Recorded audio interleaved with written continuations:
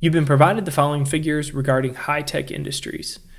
So we've got, as of this year end, shareholders' equity, net income, stock price, and shares outstanding. The price to book ratio at the end of 2018 for high-tech industries is closest to. Let's bring in our price to book formula and we will walk through this. So this is going to be our end game here. We want market price per share divided by book value per share. For book value per share, we're going to take total shareholders' equity divided by number of shares outstanding. And that's going to be 20,223, which is given here. And we're dividing that by number of shares, which is 4,000. So we get book value per share of 5.06. Market price per share is given to us just as the stock price, so 18.4. So our price to book is at 18.4 divided by this calculated number of 5.06. Gives us a value of 3.64. Answer B. Which of the following most accurately describes the overconfidence bias? Is it A, market participants tend to dislike losses more than they like comparable gains? This is an overconfidence bias. This is going to be loss aversion.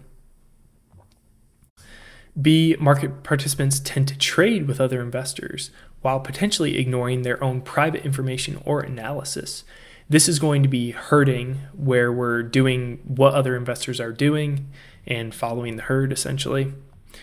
And C, market participants tend to overestimate their ability, that's going to be the overconfident part, to determine intrinsic values accurately and may not process information appropriately as a result. That will be answer C. Based on the data provided in the following table, the cash conversion cycle of Shellac Incorporated is closest to. It's got a bunch of information here: sales, cost of goods sold, gross profit, credit sales, etc. So we need to calculate the cash conversion cycle. We're going to be calculating a lot here, so let's bring all this in and we will walk through the calculation. So our cash conversion cycle is going to be equal to days of inventory plus days of receivables minus days payable outstanding. Unfortunately, the only one given to us is days payable outstanding at 53 days, so that can get plugged in right here. The other two we're going to have to calculate though. Days of inventory is going to be inventory divided by COGS per day. So COGS, cost of goods sold, is given at 1.8 million. Dividing that by 365 gives us 4931.51. We're going to plug that in here, which is seen right here. We're dividing that into inventory, or average inventory, 290K. So days inventory, 58.8 days. That's going to get plugged in right here. And then days of receivables, we'll be doing receivables divided by sales on credit per day. We have sales and we have credit sales of 100%, but we don't have per day, so we need to divide that by 365. So 3.8 million divided by 365 gives us credit sales per day of 10,410. So from here, we'll take our average receivables, divide that by that number we just calculated, gives us 41.3 days. And now we're just going to plug that into days receivables. And we can bring that all the way down here and see that formula. 58.8 plus 41.3 minus 53 gives us about 47.1 days. Answer A. In an NPV profile, the point at which the profile crosses the x-axis most accurately described as the project's IRR, point at which NPV is at its highest, or C, point at which the discount rate equals 0, and the NPV is the sum of the undiscounted cash flows for the project. So let's pull in an example of an NPV profile here to walk through this. So we're looking at where we cross the x-axis, so that'd be right here. So is this going to be the point at which NPV is the highest? That's going to be incorrect. NPV is the highest over here when we have a lower discount rate. So we can rule that out. Point at which the discount rate equals 0, that would be here as well. So we can see where it crosses that is not at a discount rate of 0. We can rule that out. So we can confidently go with A. This is going to be equal to the project's IRR. And it essentially tells us at what discount rate do we need to be at in order to break even on this project. Answer A. Seniority ranking indicates the priority of payments in case of a winding up. Among the following, which one is the lowest ranked corporate debt? We've got subordinated, second lien loan, or senior unsecured. So this is going to be our very general order. It's going to be secured, which is going to be based on collateral. So that's what would be our second lien loan. Second lien indicates that there is collateral, that there's a lien against. So we would rule that out. And then we'd have senior unsecured, which is above subordinated, and rule that out. And we would go with A, subordinated. And then within each of these, so if you had senior unsecured versus a secured second, or this is second lien, but under first secured, the secured is always going to be above unsecured regardless of whether it's senior or not. So if you had unsecured versus senior subordinated, unsecured debt is always going to be above that. ABC Corp's debt ranking is low because it doesn't have enough fixed assets to cover a respectable portion of the debt. Which one of the 4 C's of credit analysis would you most likely associate with this statement? So we're looking at fixed assets here. So how does that incorporate into our credit analysis? Is that going to be A, capacity? Capacity is going to be related to cash flow or income. So what cash flows do we have to cover our debt service or the interest? This is looking at fixed assets, not our cash flow. B, collateral. That would be what we're looking at for fixed assets.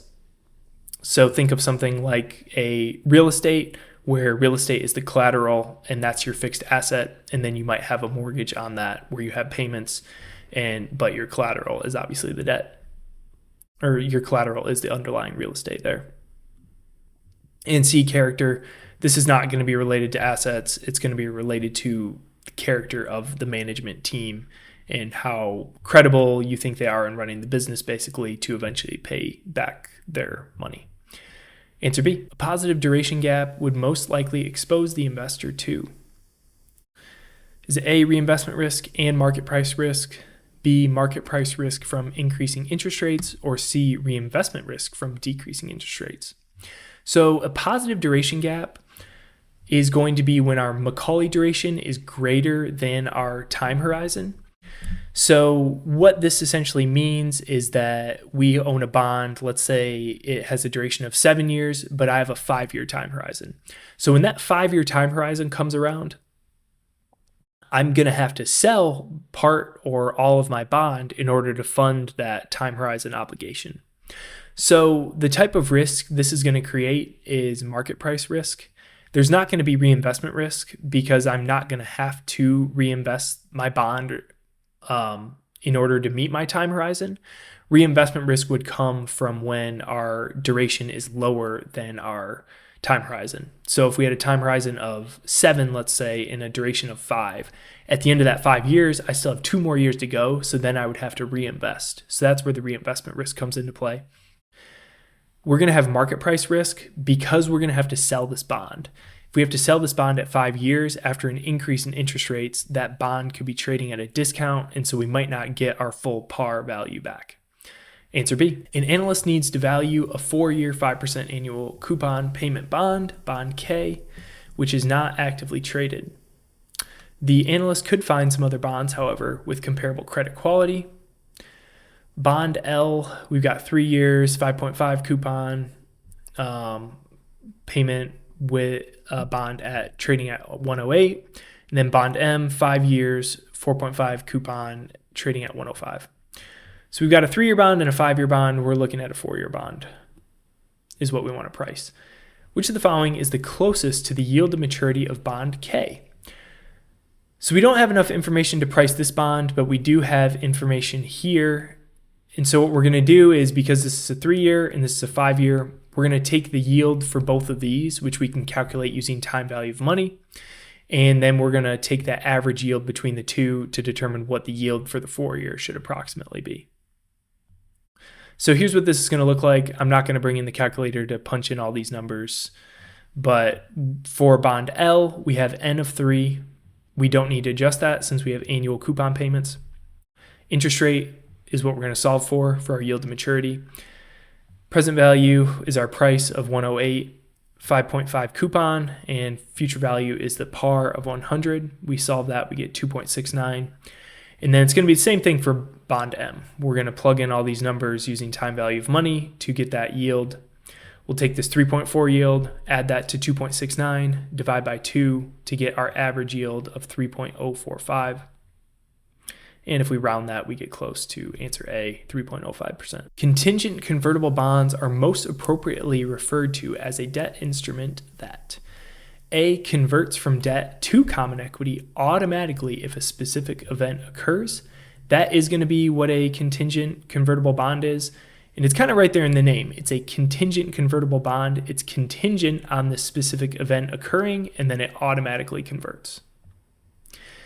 And that's the main distinguisher between a COCO bond, which is what this is sometimes called, and just a regular convertible bond.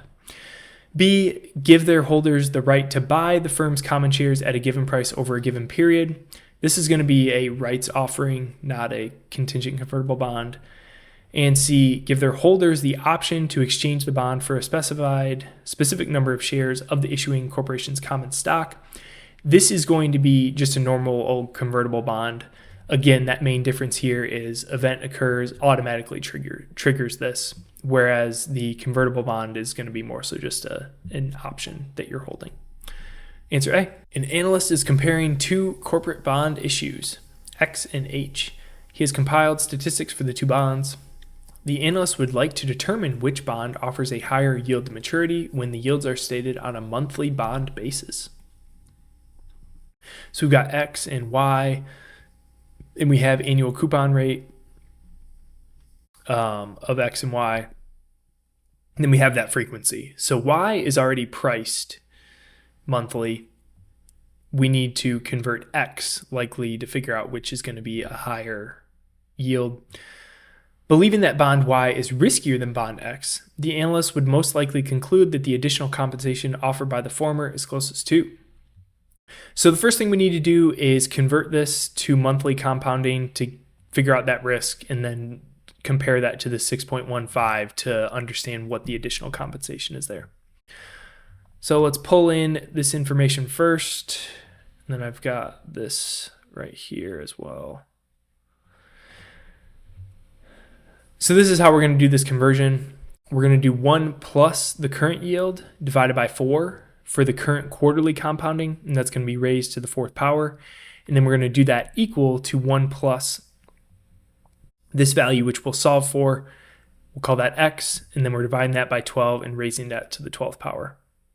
So you do your algebra, work through this, and we get APR 12, so this variable gets put over here, and then we're adjusting all this, doing our algebra.